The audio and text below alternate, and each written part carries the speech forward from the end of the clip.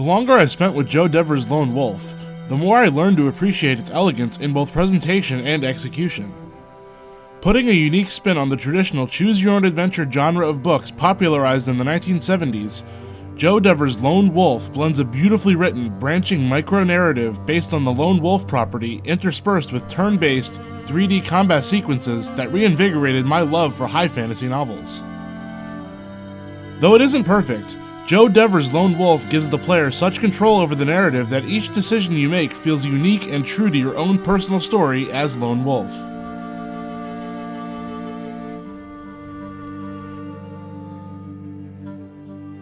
In Joe Dever's Lone Wolf, you play as Lone Wolf, the liege lord of Summerland, as he comes upon the mining town of Rockstarn where he must unravel a mystery. The player starts out by choosing various skills and disciplines he or she wants Lone Wolf to have. Then, the game immediately turns you loose into the story. For the bulk of the game, the player is presented with an on-screen book to read and, at various intervals, is presented with choices that will impact the overall narrative. Some of these choices come down to literally branching pathways, but others are more subtle, such as how to attack an unaware group of enemies or whether or not to set free a captive prisoner. Other presented choices are based on the skills and disciplines you chose at the outset, so the choices you make early on directly impact possible scenarios and potential outcomes later.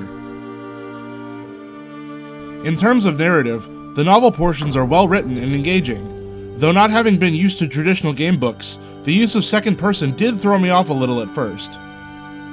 Once I became used to the writing and cadence of events, however, I had a difficult time putting my Switch down, as I would keep flipping page after page, curiously anxious to see what my next decision would yield for the unfolding story.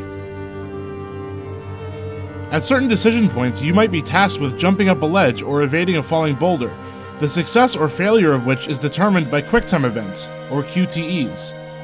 Other times you may happen upon a locked chest, where you'll be presented with a lockpicking minigame, not unlike in Skyrim. These events don't happen often, but it's an interesting way to increase the game's interactivity outside of combat. Each battle in which Lone Wolf participates is presented as a 3D, turn-based combat sequence.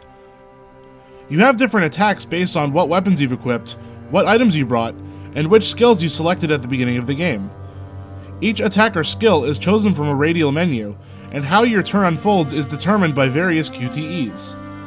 Some QTEs determine whether or not you can land a second blow on your opponent, while others help you regain your footing after being knocked down or whether certain attacks will hit or miss.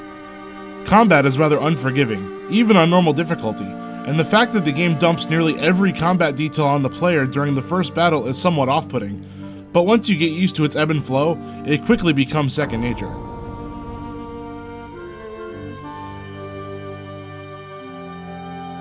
That said, I felt these combat sequences were a bit too common during the game's roughly 16-hour story, with every 3 to 5 pages of narrative seemingly leading to yet another combat scenario. After about my 8th hour with the game, these battles began to feel shoehorned in, probably to break up pages of text with some kind of action. While I would have preferred perhaps not all combat in the narrative to be played out this way, it does give the player ample reason to make use of the game's sparsely placed merchants and meditation opportunities. There are also plenty of RPG elements at play in Joe Dever's Lone Wolf, with vitality, endurance, and magic as your battle resources, different weapons and armor with varying stats, and character stats that upgrade after you reach the end of each of the game's chapters. In terms of presentation, Joe Dever's Lone Wolf looks and feels elegant, though there are a few issues. Since the game originally released for mobile and tablets, I was surprised to discover that the Nintendo Switch version does not support touch controls at all. This is mostly a non-issue, since the game's use of QTEs translates well over to a controller layout. However, certain UI functions did not translate as well, such as dragging and dropping items. Additionally, sometimes the selection icon disappears when looting chests, for example.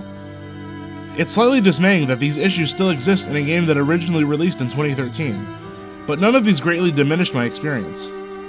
Those issues aside, the game runs great whether docked or in handheld, and the game appears locked at a steady 30 frames per second throughout. In a day and age when Telltale Games is the veritable king of episodic, branching narrative game offerings, Forge Reply has done something special with Joe Dever's Lone Wolf, as it harkens back to the gamebooks of old, while also giving the genre a virtual facelift. Though some things didn't translate over perfectly from its mobile origins, and the game's combat offerings felt just a bit too dense, Joe Dever's Lone Wolf offers a deep, interesting, and enjoyable narrative that truly is decided by the player. I can't wait to jump back in and again take the role of Lone Wolf and see where my choices take me. For more on Joe Dever's Lone Wolf on Nintendo Switch, keep it tuned right here at SwitchJoy.